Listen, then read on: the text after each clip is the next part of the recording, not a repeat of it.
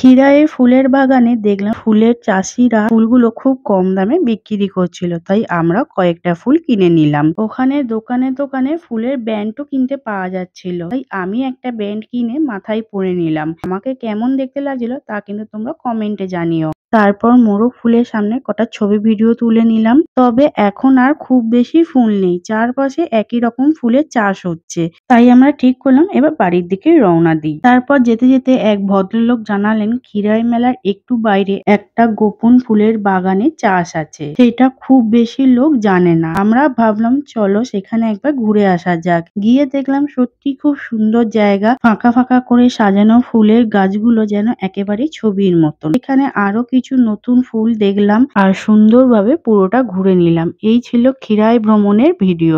ভিডিওটা কেমন লাগলো সেটা অবশ্যই কমেন্টে জানাবে, আর ভালো লাগলে লাইক আর সাবস্ক্রাইব করতে ভুলবে না। Tata, bye bye.